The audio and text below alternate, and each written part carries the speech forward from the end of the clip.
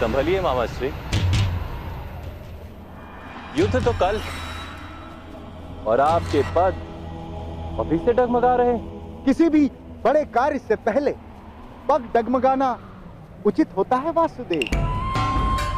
यदि मनुष्य को अपने आप पर अति विश्वास हो जाए तो फिर वो असावधान हो जाता है। और जब मनुष्य के जीवन में डगमगाने का समय आता है तो सारी सृष्टि उसे असावधान होने के लिए विवश कर देती है। ऐसी स्थितियां उत्पन्न होती हैं कि मनुष्य को अति विश्वास हो ही जाता है।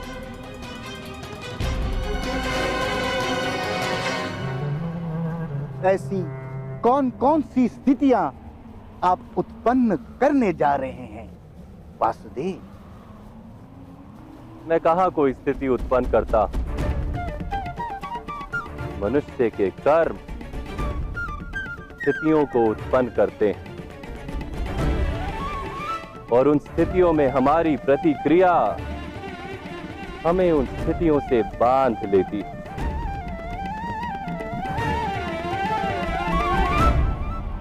महामहिम ने आपकी बहन का विवाह एक नेत्रहीन से करवाकर आपके मन में प्रतिशोध की स्थिति उत्पन्न कर दी और आपने अपनी बहन और उनके पुत्रों को सिंहासन दिलाने का प्रण लेकर अपने आप को स्थिति से बांध लिया।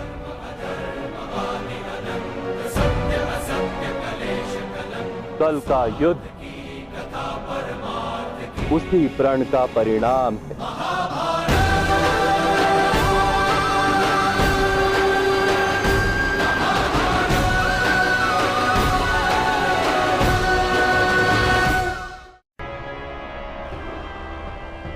नहीं वासुदेव,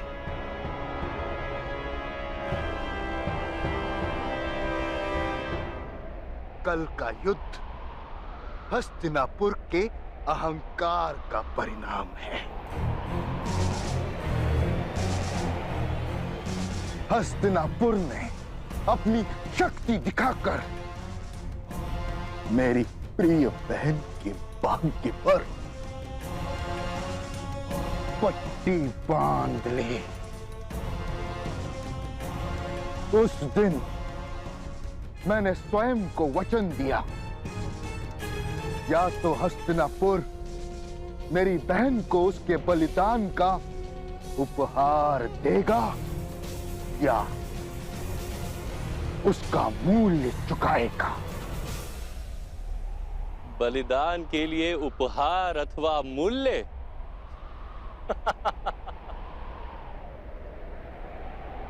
जो बलिदान को व्यापार मानता है उसे पीड़ा तो अवश्य प्राप्त होती ही। विचित्र बात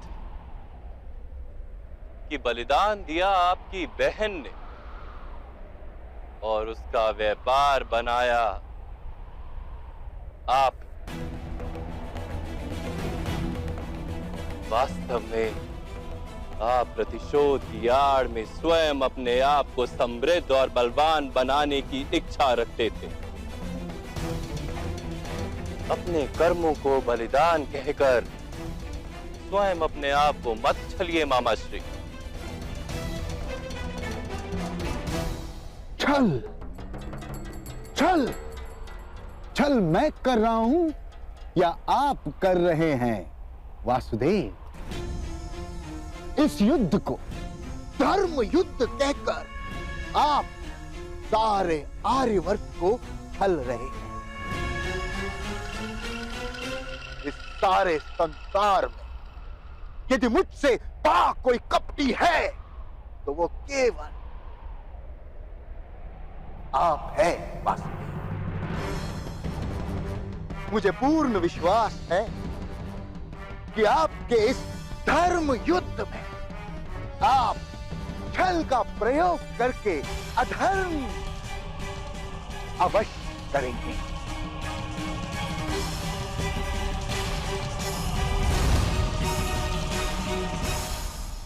ये धर्म युद्ध ही है मामा श्री। यहां बल का प्रयोग भी होगा और छल का भी। यहां धर्म के लिए अधर्म किए जाएंगे, सत्य का रक्षण करने के लिए असत्य कहे जाएंगे, जीवन के लिए मृत्यु दी जाएगी, नव निर्माण के लिए अवश्य पूर्ण विध्वंस किया जाए।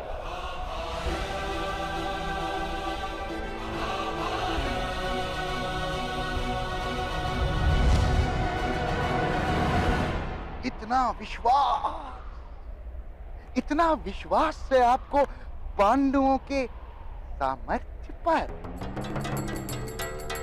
नहीं, इतना विश्वास है मुझे आप पर और आपके छल पर।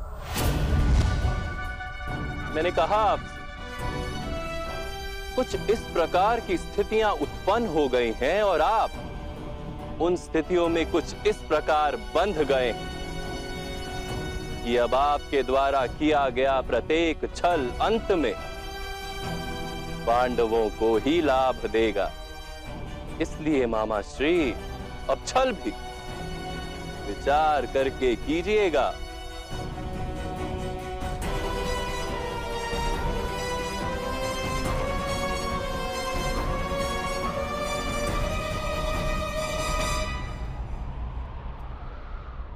कल से आपके हर छल का, हर कपट का, हर अधर्म का उत्तर मिलेगा। ये स्मरण रखिएगा।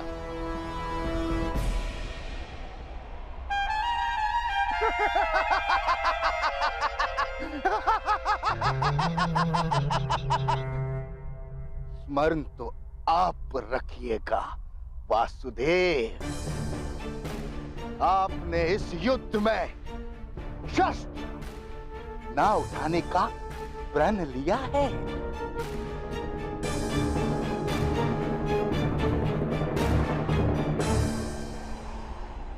मैंने युद्ध में शस्त्र ना उठाने का प्रण लिया है मामा श्री,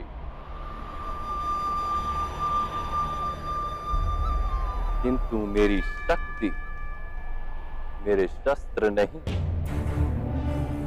इस रणभूमि में मैं धर्म की शक्ति लेकर खड़ा हूं, वही मेरा शस्त्र है और वही मेरा कवच है।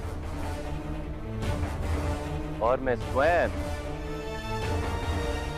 आपके प्रिय पांडवों का कवच।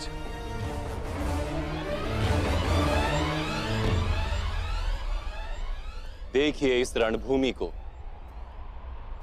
यहां प्रातःकाल युद्ध आरंभ होगा। संध्या से पूर्व यहां मृतदेहों के इतने अंबार लगेंगे, रक्त की नदी में पत्थर तक तैरेंगे।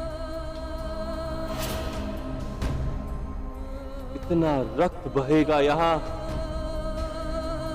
कि अनंत काल तक इसकी मिट्टी लाल हो जाएगी।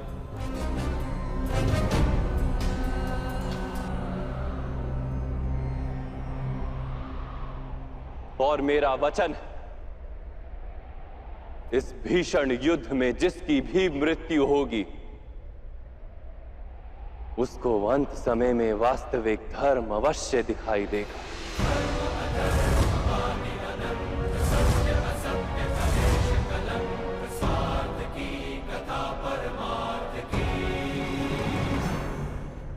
धर्म की स्थापना के लिए आरंभ हो रहा ये युद्ध समय के अंत तक महाभारत का धर्म युद्ध कहलाएगा। धर्म युद्ध कहलाएगा।